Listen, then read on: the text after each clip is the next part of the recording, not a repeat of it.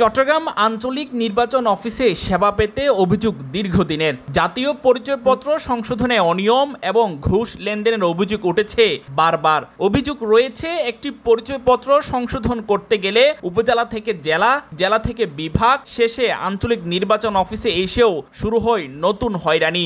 এক অফিস আরেক অফিসের দিকে দায়িত্ব ঠেলে সেবার নামে ঠকাচ্ছেন কর্মকর্তারা, তবুও মিলছে না নাগরিকের প্রাপ্য অধিকার। আনোয়ার হোসেন এসেছেন কক্সবাজারের রামু থেকে। 1 বছর ধরে জাতীয় পরিচয়পত্রে নাম সংশোধন করতে চট্টগ্রাম আঞ্চলিক নির্বাচন অফিসের এক কক্ষ থেকে আরেক কক্ষে ঘুরে বেড়াচ্ছেন, তবুও হয়নি নাম সংশোধন। নির্বাচন কমিশনের মধ্যে একটা আইডি কার্ড সংশোধন করিবার জন্য দিছি, আজকে 1 বছর হয়েছি।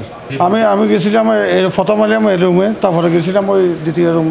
এমন তিক্ত অভিজ্ঞতা শুধু আনোয়ার হোসেনেরই নয়, নির্বাচন অফিসে সেবা নিতে আসা একাধিক ব্যক্তিরাও বললেন একই হয়রানির কথা। এটা কাশেমের জায়গায় কাদেম হয়ে গেছে, কিন্তু কয়েক মাস পরেও এটা হয় নাই। তো আমরা আজকে এখানে আসছি, প্রথমে বলছে 202 রুম, 202 নম্বর রুম, তারপর আবার আরেকটা রুমে পাঠাইছে, ওখান থেকে চিহ্নিত করে আবার আরেকটা রুমে।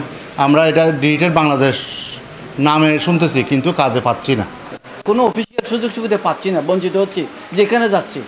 যেমন কি আমার এনআইডি কার্ড একটা নাম ভুল হয়েছে, এনআইডি কার্ডের নাম ভুল হয়েছে, এটা 6 মাস ধরে ঘুরতেছি, সাতকানিয়া থেকে আসছি, ওখানে উপজেলার গেছি, শেষ পর্যন্ত পাঠাইছি যে এখানে বলছে তুমি জেলা হয়ে যাও।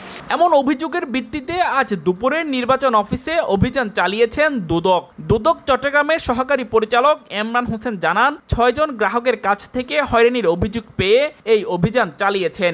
এই সংক্রান্ত কিছু নথিপত্র সংগ্রহ করেছেন। অবৈধভাবে টাকা লেনদেন হয় এমন কয়েকটি ব্যাংকের নামও তারা পেয়েছেন। অভিযোগের সত্যতা মিললে আইনি পদক্ষেপও নেবেন বলে জানিয়েছেন। এগুলোর অভিযোগ ছিল যে দীর্ঘদিন থেকে পেন্ডিং ছিল, দীর্ঘ সময় যাওয়ার পরেও এগুলো সংশোধন হচ্ছে না। আর হচ্ছে এখানে এনআইডি সংশোধন করতে আসলে ঘুষ লেনদেনের একটা অভিযোগ আছে, যে এখানে 20,000 থেকে 20 থেকে 25,000 করে এক একটা এনআইডি সংশোধন এখানে বিভিন্ন দালালদের মাধ্যমে এখানে কর্মকর্তারা টাকা পয়সা নিয়ে থাকে। তো সেই অভিযোগের প্রেক্ষিতে যে এনআইডিগুলোর বিষয়ে অভিযোগ ছিল, তো এগুলোর আবেদন এবং সাথে যে ডকুমেন্ট সাবমিট করা হয়েছে সেই ডকুমেন্টগুলো আমরা এখান থেকে কালেকশন করেছি, সেটা আমরা যাচাই বাছাই করব, যাচাই বাছাই করে পরবর্তী ব্যবস্থা নেব। তবে অনিয়ম আর হয়রানির ভিত্তিতে দুদকের অভিযানের বিষয়ে আঞ্চলিক নির্বাচন কর্মকর্তা বেলায়েত হোসেন জানান, দুদক আমাদের কাছে যা তথ্য চেয়েছে আমরা দিয়েছি।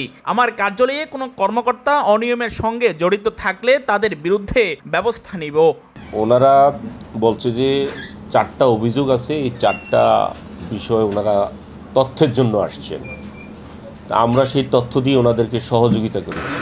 হ্যাঁ, যদি সুনির্দিষ্টভাবে আপনারা কেউ অভিযোগ করতে পারেন, আমার আওতার ভিতরে থাকলে আমি অবশ্যই ব্যবস্থা নিব, আর আমার আওতার ভিতরে না থাকলে আমি আমার কর্তৃপক্ষকে উপযুক্ত দলিলাদি সহ আমি ওইটা লিখিতভাবে প্রেরণ করব।